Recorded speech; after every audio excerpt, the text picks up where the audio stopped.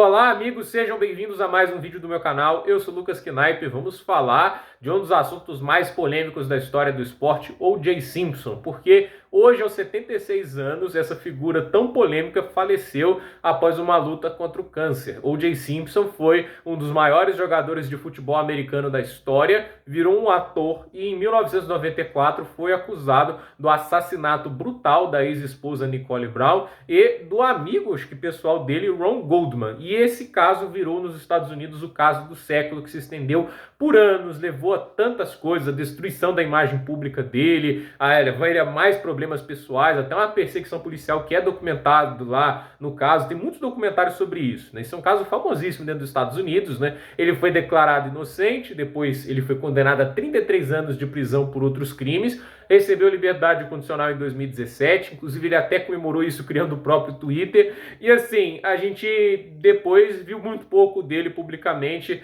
até esse momento onde ele acaba vendo a falecer. E assim, falando um pouco sobre essa história, o O.J. Simpson foi um running back. Para explicar um pouco para quem não é fã de futebol americano e talvez vindo a notícia da morte dele queira entender o que é isso, no futebol americano, na posição ofensiva, tem os 5 nomes que defendem o quarterback, que é a linha ofensiva, e tem 5 jogadores que podem receber passes ou avançar territorialmente no campo. O quarterback também pode, se ele decidir correr com a bola, mas o quarterback é o cara que faz os passes. O running back é o cara que fica atrás do quarterback e começa a correr com a bola. Ele também pode receber passes, assim como os tight ends, que são os caras grandões que bloqueiam, mas também recebem passes, e os wide receivers, esses que exclusivamente recebem passes. Pode até correr numa jogada improvisada, mas o cara que corre com a bola é o running back, né? E assim, o O.J. Simpson, se não me engano, é o jogador que mais rápido alcançou as 1.000 jardas na história da NFL, 1.000 jardas corridas. Ele se tornou o primeiro jogador da história a superar a marca de 2.000 jardas corridas na temporada, numa época que a temporada tinha 14 jogos, se não me engano. E vale lembrar, ele até hoje detém o recorde de maior média de jardas corridas por jogo em uma temporada, 143,8, um número assombroso. E ele terminou a carreira dele na NFL com mais de 11.000 jardas corridas, não foi uma carreira tão grande em tempo de duração.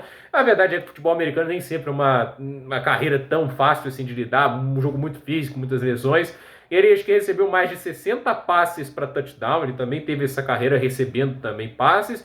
E ele teve também, acho que, 60 touchdowns corridos. Posso estar hiperinflando aqui os números de touchdowns recebidos, não sei se foi tantos assim, mas a verdade é que ele foi um nome que marcou a história do esporte e, se não me engano, ele foi colocado no Hall da Fama do esporte, da NFL. Não sei se foi retirado depois do que aconteceu de 94 para frente.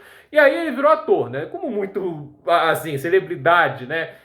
Acaba fazendo a carreira histórica do esporte, mas acaba gerando mais boleto do que é capaz de pagar, porque não sabe administrar o dinheiro, ele tem que seguir para outras carreiras. Ele realmente queria ser ator e começou a fazer um monte de papéis em filmes B, de comédia, né? E assim, ele acabava recebendo muito dinheiro porque a presença dele, na época que ele era muito bem visto, na época, um jogador histórico de futebol americano, acabava aumentando a bilheteria. E o papel mais notável dele, olha, que é apenas um papel coadjuvante, eu não vou me lembrar de outro papel mais notável que esse, é o do detetive Nordberg na trilogia Corra que a Polícia Vem Aí, que é uma das maiores trilogias de comédia da história, mas a gente lembra do filme não por causa do Nordberg, a gente lembra por causa do Leslie Nielsen interpretando o Frank Drebin. O Nordberg era o parceiro dele, inclusive o primeiro filme dele, ele até protagonizou uma das cenas mais engraçadas do filme, né, que ele começa a receber tiros lá dos bandidos, aí ele vai de um lado pro outro, recebendo cada vez mais golpes assim do cenário. É engraçado, porque veja o filme, é maravilhoso a trilogia, né?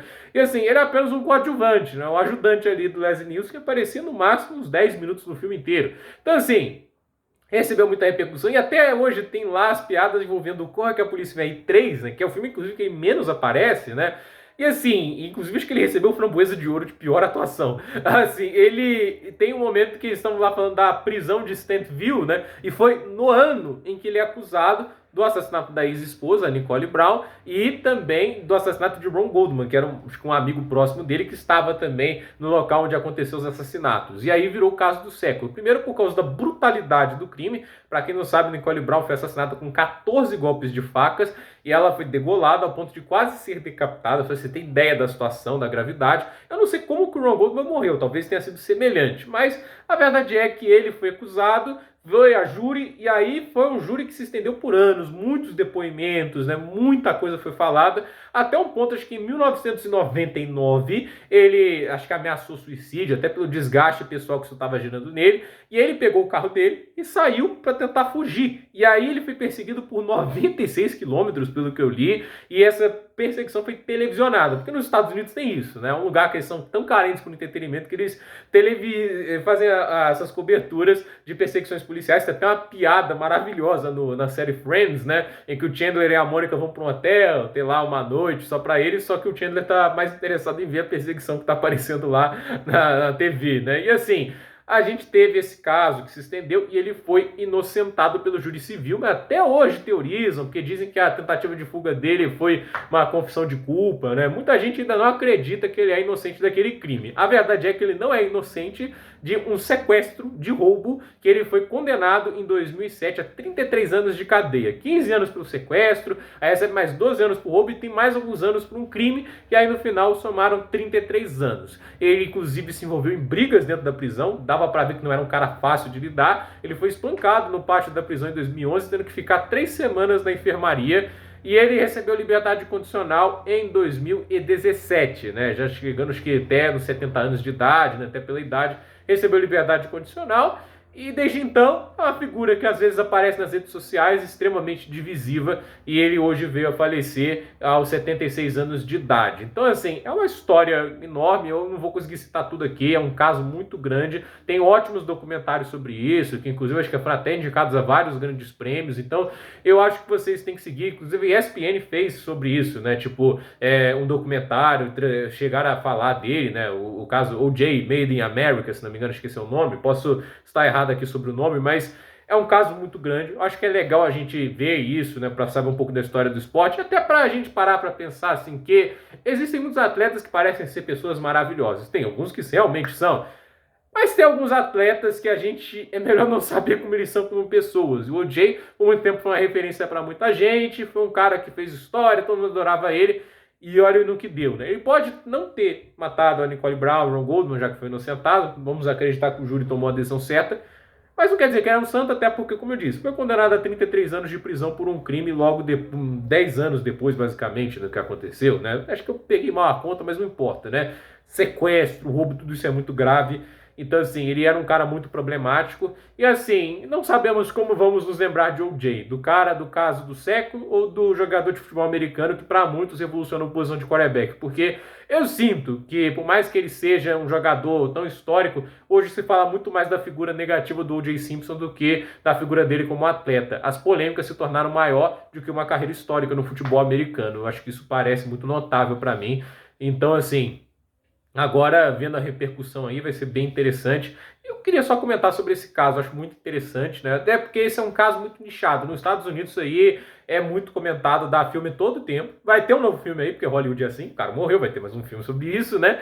E assim, aqui no Brasil acho que não se fala muito sobre isso. Se eu perguntar a alguém sobre o O.J. Simpson na rua, acho que eles nem vão saber quem é. Então, acho que é bacana a gente comentar, porque muita gente no Brasil vai ver a notícia da morte dele, não sabe quem ele foi, e agora tem um pouco da noção do que aconteceu aí, sobre a história de vida, da história polêmica, controvérsia e muito nebulosa de O.J. Simpson. Então, gente, por esse vídeo é isso. Tudo nos comentários, deixe seu like, se inscreva no canal, compartilhe esse vídeo e até o próximo vídeo.